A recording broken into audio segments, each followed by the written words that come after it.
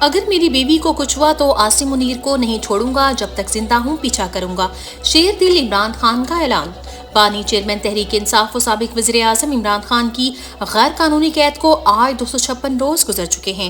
Chairman Imran Khan نے آج جڈیالہ jail میں صحافیوں سے گفتگو کرتے ہوئے کہا، گزشتہ سماعت پر جنگل کے بادشاہ کا نام لیا تھا تو عدالت میں اضافی شیشے اور دیواریں بنا دی گئی ہیں۔ اگر میری بیوی کو کچھ ہوا تو عاصم منیر کو نہیں چھوڑوں گا، جب تک زندہ ہوں عاصم منیر کا پیچھا کروں گا۔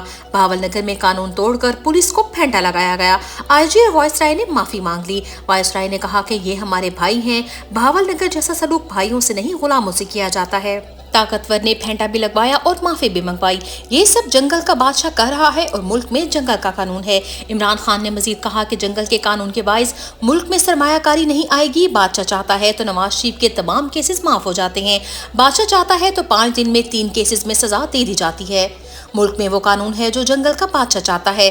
بہاول نگر واقعے سے یہ ثابت ہو گیا کہ ملک میں نہ آئین کی حکمرانی ہے، نہ قانون کی اور نہ ہی جمہوریت ہے۔ عمران خان نے مزید کہا کہ قرض لینے سے معیشت اور کرنسی مستحکم نہیں ہو سکتی، آئی ایم ایف کے قرض سے ملک میں مہنگائی کی لہر آئے گی، تنخواہ دار غریب آدمی مارا جائے گا، سرمایہ کاری نہ آنے سے قرضے اور غربت بڑھے گی، جنگل کے قانون سے ملک کا مستقبل خطرے میں ڈالا جا رہا ہے۔ گزشتہ 1.5 سال میں پاکستانیوں نے دبئی میں ریکارڈ سرمایہ کاری کی۔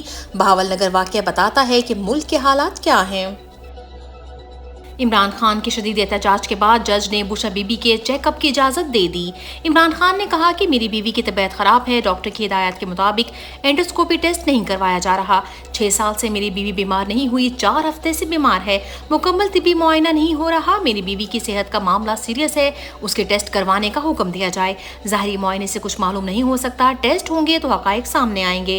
عمران خان نے مزید کہا کہ مجھے پتا ہے کہ اس سب کے پیچھے کون ہے، حکومت سے خطرہ ہے، حکومتی ڈاکٹروں پر اعتماد نہیں کر سکتے، عدالت ڈاکٹر عاصم یونس سے معائنہ کروانے کا حکم دے، عدالت ڈاکٹر عاصم کو طلب کرے، ان سے بوشا بی بی سے متعلق رائے لے۔ عمران خان کا اڈیالہ جیل میں سماعت کے اختتام پر جج ناصر جاوید رانا سے مکالمہ۔ جج ناصر جاوید رانا نے کل 12 بجے ڈاکٹر عاصم یونس سے بوشا بی بی کے طبی معائنے کا حکم دے دیا۔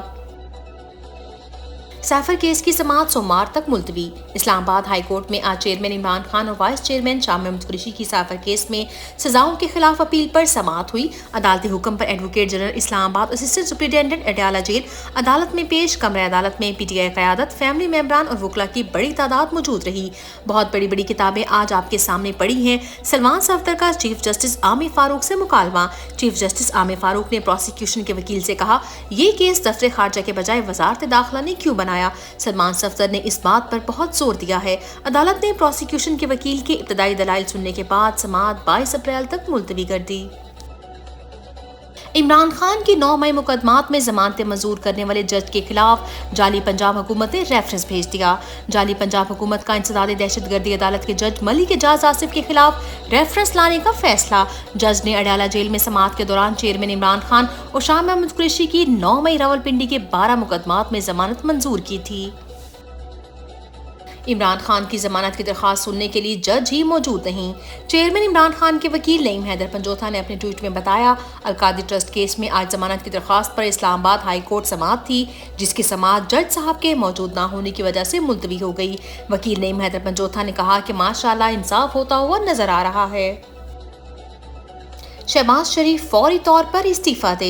شہباز شریف میں رتی بھر شرم اور حیا باقی ہے تو مستعفی ہو اور اپنی مجرمانہ کوتاہی کا جواب قوم کو پیش کرے۔ پاکستان تحریک انصاف کا کمیشن کی رپورٹ فوری طور پر منظر عام لانے کا مطالبہ۔ عالیہ حمزہ اور صنم جاوید کو فسطائیت کا نشانہ بنانے کا سلسلہ جاری۔ انسداد دہشت گردی عدالت سرگودا نے تھانہ قمر مشانی میں درج دہشت گردی کے مقدمے سے صنم جاوید اور عالیہ حمزہ کو ڈسچارج کر دیا۔ میاں والی پولیس نے صنم جاوید اور عالیہ حمزہ کو دہشت گردی کے 2 مقدمات میں نامزد کر کے گرفتار کر رکھا تھا۔ وکلاء کو دوسرے مقدمے سے بھی جلد بری ہونے کی امید ہے۔ ڈاکٹر یاسمین راشد کا عزم و حوصلہ بلند، جیل اور سختیاں انہیں توڑ نہ سکیں۔